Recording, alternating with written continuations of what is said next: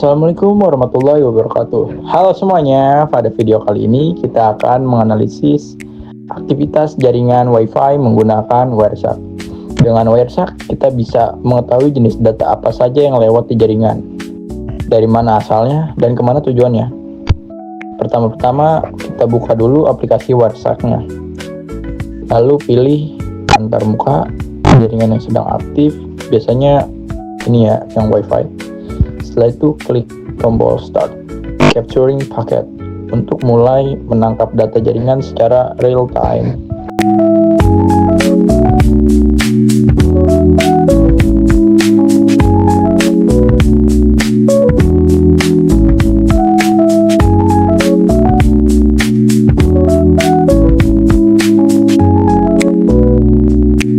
Sebelum masuk ke hasil tangkapan, mari kita pahami dulu apa itu MDNS.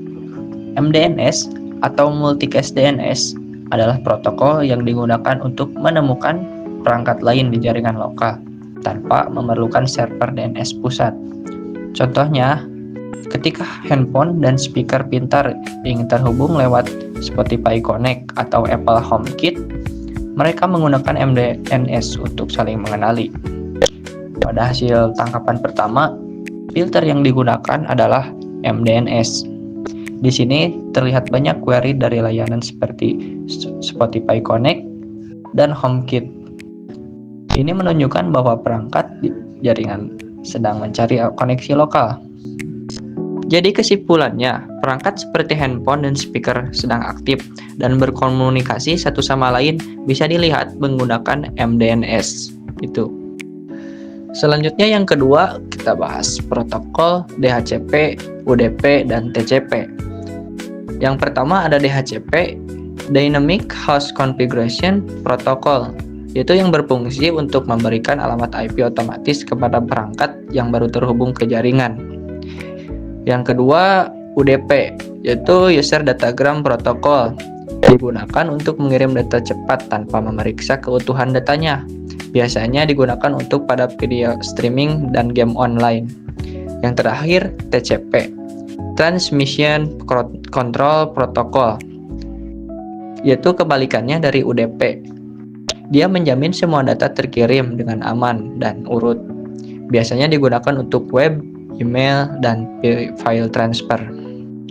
Nah, pada hasil tangkapan kedua dengan filter IP.addr terlihat pada paket DHCP aktif. Artinya, ada perangkat yang baru saja meminta alamat IP. Selain itu, juga muncul lalu lintas UDP dan TCP, menandakan komunikasi aktif antar perangkat dan internet. Jadi kesimpulannya di sini, jaringan berjalan normal dengan banyak perangkat melakukan komunikasi secara bersamaan.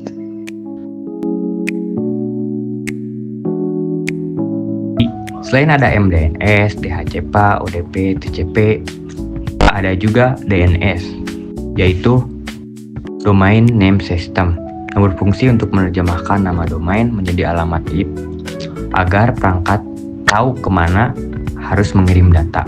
Misalnya, kita membuka situs Google.com. Sebenarnya, browser mengubah nama itu menjadi alamat IP tujuan melalui DNS. Pada hasil tangkapan ketiga, terlihat beberapa domain seperti mediawhatsapp.net dan aset.mns.com yang menunjukkan perangkat sedang mengakses WhatsApp dan layanan Microsoft.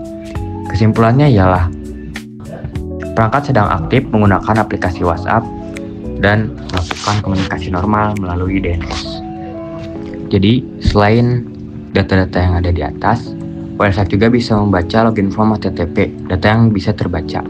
Bagian ini yang paling menarik sekaligus paling beresiko. Pada hasil tangkapan keempat, terlihat login form dikirim menggunakan HTTP, bukan HTTPS.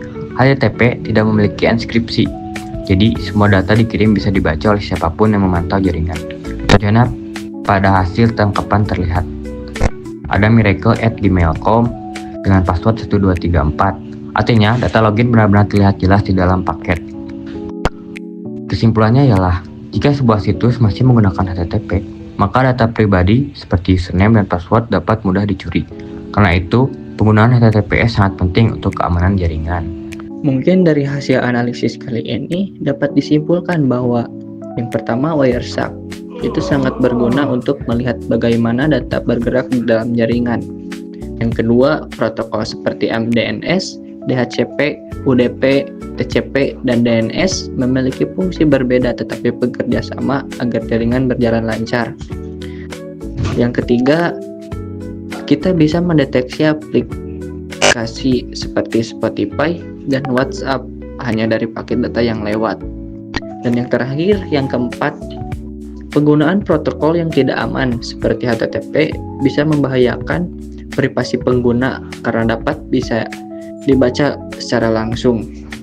Mungkin segitu saja dari video analisis ini. Kita belajar beberapa pentingnya keamanan jaringan dan penggunaan protokol yang tepat. Pastikan selalu menggunakan HTTPS saat login ataupun mengirim data sensitif. Semoga dokumentasi ini membantu kita memahami cara kerja jaringan dengan lebih baik. Terima kasih sudah menonton video dokumentasi analisis trafik jaringan menggunakan Wireshark. Sampai jumpa di video berikutnya. Terima kasih. Wassalamualaikum warahmatullahi wabarakatuh.